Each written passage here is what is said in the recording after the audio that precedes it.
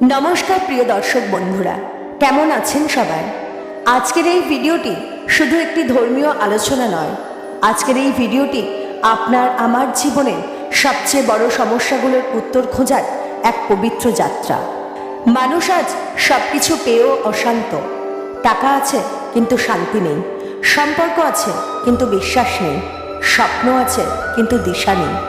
এই অশান্ত জীবনের মাঝেই একটি গ্রন্থ যুগে যুগে মানুষকে বলেছে, ভয় পেও না, আমি আছি। কর্ম করো কিন্তু ফলের লোভ করো না, মনকে শান্ত রাখো, আত্মাকে জাগাও। এই গ্রন্থটিই হল শ্রীমদ্ ভগবদ্ গীতা। 5000 বছরেরও বেশি আগে কুরুক্ষেত্রের রণাঙ্গনে যে উপদেশ জন্ম নিয়েছিল, আজও সেই উপদেশ একজন ছাত্রের পরীক্ষার ভয় দূর করে, একজন শ্রমিককে পরিশ্রমের শক্তি দেয়, একজন বৃদ্ধকে মৃত্যু ভয় থেকে মুক্তি দেয়। এই ভিডিওতে আমরা গীতার 18টি অধ্যায়ের মূল বাণী সহজ বাংলা ভাষায় জীবনের বাস্তব উদাহরণ সহ বুঝব। এই ভিডিওটি শেষ পর্যন্ত দেখলে আপনার জীবনের দৃষ্টিভঙ্গি বদলে যাবে। চলুন শুরু করি মানুষের জীবনের সবচেয়ে পবিত্র সংলাপ, শ্রীকৃষ্ণ এবং অর্জুনের সংলাপ। অর্জুন যুদ্ধক্ষেত্রে দাঁড়িয়ে দেখলেন তার সামনে দাঁড়িয়ে আছে তার গুরু দ্রোণাচার্য, পিতামহ ভীষ্ম, তার নিজের আত্মীয় স্বজন, ভাই, বন্ধু বান্ধব। হঠাৎ তার শরীর কাঁপতে শুরু করলো, মুখ শুকিয়ে গেল, চোখে জল চলে এলো। তিনি বললেন, হে কৃষ্ণ, এই যুদ্ধ আমি করতে পারবো না। নিজের আপনজনকে মেরে রাজ্য বা সুখ চাই না। এটাই মানুষের জীবনের প্রথম শিক্ষা। সংকট এলে মানুষ ভেঙে পড়ে। আজও আমরা তাই করি। চাকরি চলে গেলে, পরীক্ষায় ফেল করলে, প্রিয়জন চলে গেলে আমরাও অর্জুনের মতো ভেঙে পড়ি। ভেঙে পড়া দোষের নয়, কিন্তু ভেঙে পড়ে থেমে যাওয়াই হলো আসল পরাজয়। শ্রীকৃষ্ণ বলেন, এই দেহ নশ্বর, এই দেহ একদিন মাটিতে মিশে যাবে, কিন্তু যিনি এই দেহের ভিতরে আছেন তিনি চিরন্তন, অবিনশ্বর। যেমন আমরা পুরনো জামা খুলে নতুন জামা পরি, ঠিক তেমনই আত্মা এক দেহ ছেড়ে অন্য দেহ ধারণ করে। আজ মানুষ সবচেয়ে বেশি ভয় পায় মৃত্যুকে, কিন্তু গীতা বলে, মরছে দেহ, আপনি নন। মৃত্যু ভয় দূর হলে জীবনও নির্ভীক হয়ে ওঠে। কাজ করাই ধর্ম। শ্রীকৃষ্ণ বলেন, কেউ এক মুহূর্ত কর্ম ছাড়া থাকতে পারে না। শুধু বসে থাকাও এক ধরনের কর্ম, কিন্তু কর্ম দুই ধরনের হয়। একটি হলো লোভের কর্ম, আর একটি হলো কর্তব্যের কর্ম। লোভের কর্ম মানুষকে বেঁধে রাখে, কর্তব্যের কর্ম মানুষকে মুক্ত করে। যেমন একজন শিক্ষক যদি শুধুমাত্র টাকার জন্য পড়ান, সেটা হলো লোভ, কিন্তু সমাজ গড়ার দায়িত্ব মনে করে যদি পড়ান, সেটা হলো কর্ম। ফল নয়, কাজটাকেই ভালোবাসুন। ভগবান বলেন, অজ্ঞান মানুষ কর্ম করে বন্ধনে পড়ে, জ্ঞানী মানুষ কর্ম করেই মুক্ত হয়। যেমন আগুনে কাঠ দিলে আগুন বাড়ে, কিন্তু সেই আগুনেই যদি সোনা দেয়া হয়, সোনা পবিত্র হয়। জ্ঞান ছাড়ার শক্তি বিপজ্জনক, জ্ঞানের সাথে শক্তি হলো কল্যাণকর। অনেকে ভাবেন সন্ন্যাস মানে ঘরবাড়ি ছেড়ে জঙ্গলে যাওয়া, কিন্তু গীতা বলে, আসক্তি ছাড়াই সন্ন্যাসে থাকাই হলো প্রকৃত সন্ন্যাস। একজন মা সংসারে থেকেও সন্ন্যাসী হতে পারেন যদি তিনি নিঃস্বার্থভাবে সন্তানকে মানুষ করেন। জায়গা বদলালে নয়, মন বদলালেই সন্ন্যাস। শত্রু বাইরেই নয়, শত্রু ভিতরেই, আর সেটা হলো নিজের মন। মন অস্থির হলে 1000 টাকার মধ্যেও শান্তি নেই। মন শান্ত হলে একটু খাবারেও সুখ আছে। ধ্যান মানে চোখ বন্ধ করে বসে থাকা নয় শুধু, ধ্যান মানে নিজের মনের উপর নিয়ন্ত্রণ করা।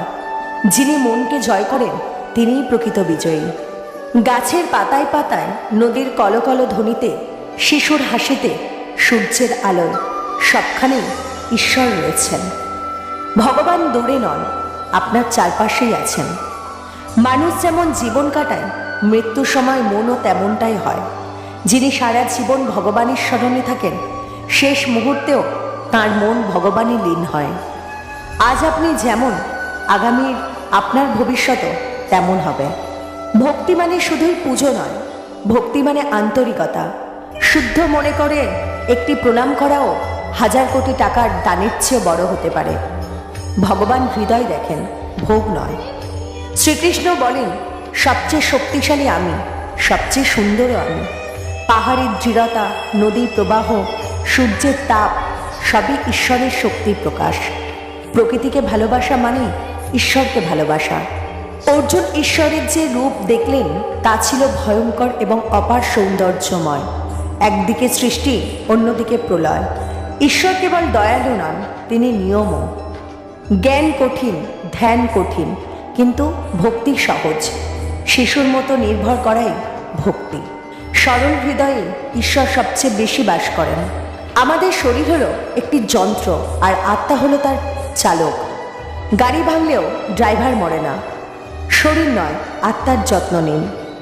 3 গুণে মানুষ চালিত হয়, সত্য, রজ, তম।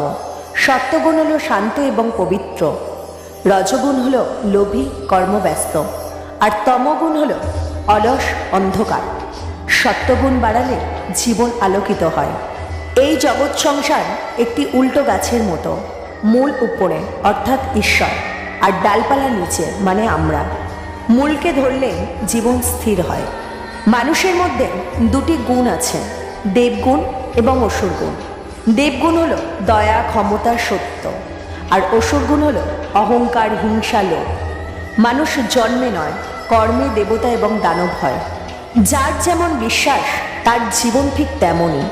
ভয়কে বিশ্বাস করলে জীবন ভয়ের হয়, ভগবানকে বিশ্বাস করলে জীবন নিরাপদ হয়। আপনি যাকে বিশ্বাস করেন আপনি ধীরে ধীরে তার মতোই হবেন। শ্রীকৃষ্ণ বলেন, সব ধর্ম, সব অহংকার, সব ভয় ত্যাগ করে আমার শরণ নাও, আমি তোমাকে মুক্তি দেব। এটাই গীতার চূড়ান্ত বাণী। সম্পূর্ণ আত্মসমর্পণই পরম শান্তি। শ্রীমদ্ ভগবদ্গীতা আমাদের শেখায় কিভাবে দুঃখে ভেঙে না পড়তে হয়, কিভাবে কর্মে শান্তি পেতে হয়, কিভাবে মৃত্যুকে ভয় না পেতে হয়, কিভাবে মানুষের মতো মানুষ হয়ে বাঁচতে হয়। এই গীতা রাজাকে যেমন পথ দেখায় তেমনি একজন সাধারণ শ্রমিককেও পথ দেখায়। এই গীতা মন্দিরে যেমন সত্য তেমন সংসারেও সত্য। গীতা বলে, তুমি দুর্বল নও, তুমি শক্তির সন্তান।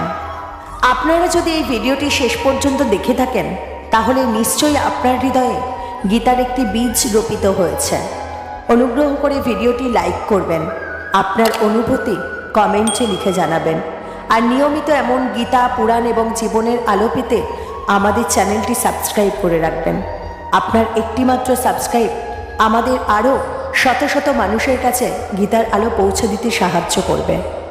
গীতা আমাদের শেখায়, কর্ম করো, চিন্তা ত্যাগ করো, ভগবানের শরণ নাও, মুক্তি তোমারই। এই প্রার্থনাতে আজকের ভিডিও শেষ করছে। জয় শ্রীকৃষ্ণ, জয় শ্রীমদ্ ভগবদ্গীতা। নমস্কার।